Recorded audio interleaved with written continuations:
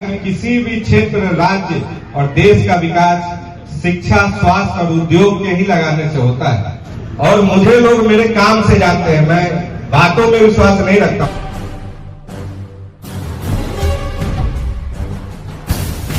हमारे बड़े भाई की तरफ से हमेशा से यह अनुरोध रहा है। बहुत लोगों को मालूम भी होगा, समय समय पे हमेशा पेपर के माध्यम से, सोशल मीडिया के माध्यम से मैं आता रहता हूं, इंटरव्यू भी देता हूं। आदरणीय प्रधानमंत्री जी के दूसरी बार शपथ 2019 में लेने के बाद उन्होंने पूरे देश में ग्रीन राज पॉलिसी लाई थी और उस ग्रीन एनर्जी पॉलिसी के तहत पूरे देश में 150 इथेनॉल प्लांट के उन्होंने पहले जो चरण है उसमें उन्होंने दिया था परमिशन, जिसके बाद बिहार में हम लोगों ने 17 इथेनॉल प्लांट यहाँ पे लाया था। उस समय के हमारी जब सरकार में हम लोग के आदरणीय उद्योग मंत्री भाई नवाज हुसैन जी थे और हम दोनों आदमी ने मिलकर इस कार्यक्रम को आगे बढ़ाया।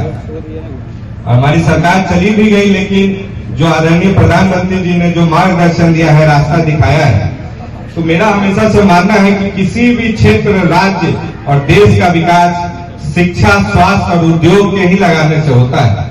जब हम एक उद्योग लगाते हैं तो उससे परिवार, हजारों परिवार जुड़ जाते हैं।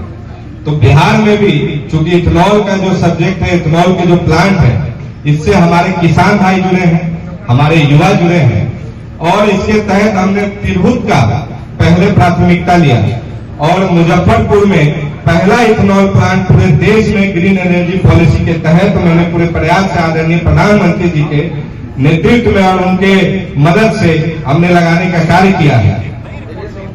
आज मुजफ्फरपुर में 2 प्लांट लग गए हैं, तीसरा प्लांट भी लग रहा है। गोपालगंज में हमने लगाया है। अभी 26 तारीख, 19 तारीख को, 20 तारीख को हमने लौरिया और सुगौली में भी 2 इथेनॉल प्लांट का भूमि पूजन किया है। और रीगा का जो एकमात्र जो चीनी मिल था जो बंद पड़ा था, उसको भी हम लोगों ने प्रयास करके, हमारे ही जो सहयोगी, हमारे ही जो इंडस्ट्री के लोग हैं, भारत एग्रो, उनको ये प्लांट दिलवाने का कार्य किया है।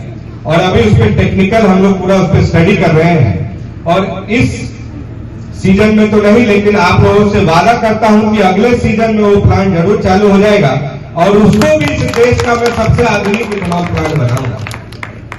अभी जितने भी चीनी मिले हैं जो सिर्फ 4 से 5 महीने चलती है सीजन में, उन सभी को हम लोग अपने कंपनी के नई टेक्नोलॉजी मल्टीफीड बोलते हैं, ऑफ सीजन में वो लोग चावल से और मक्के से उस इथेनॉल प्लांट को चला सकते हैं, जिससे कि ज्यादा से ज्यादा किसान जुड़ेंगे और हजारों की संख्या में रोजगार का सृजन होगा।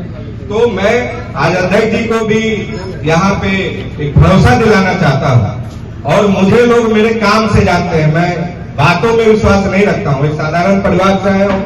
हम लोग के आज मेरा सौभाग्य है कि आज हमारे बड़े नेता, उनके सामने मैं जुर्रत कर रहा हूँ बोलने का और पहली बार बोलने का मौका मिल रहा है, तो ये तो उनका अपना प्यार है, आशीर्वाद है। चलिए, इसलिए आज के मुख्य वक्ता यही है।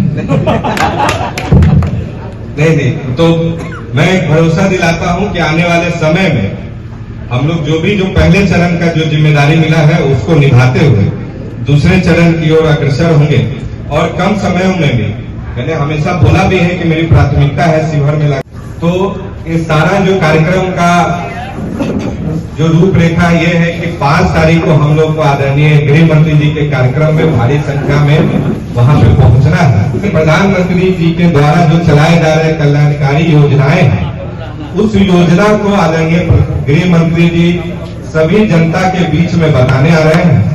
और अभी जो सबसे महत्वपूर्ण विषय है, उस विषय को छूट गया तो मैं बताना चाहता हूँ कि आदरणीय प्रधानमंत्री जी के द्वारा चलाया जा रहा जो विश्वकर्मा योजना है, जिसपे अभी हम लोग ज्यादा से ज्यादा फोकस करना है और सभी विधानसभा में कम से कम 1000 लोगों को जो अपने कार्यकर्ता हैं और जो जरूरतमंद है, जो 17 जो उनके जो श्रेणियां दी गई हैं, उसको आदरणीय अध्यक्ष जी ने बताया होगा और उनके संयोजक भी जो बने होंगे, उन लोगों के मार्फत इस काम को करवाना है, जिससे 2024 में इसका बहुत हम लोगों को लाभ मिलेगा और आने वाले 2025 में भी इसका बहुत लाभ मिलेगा।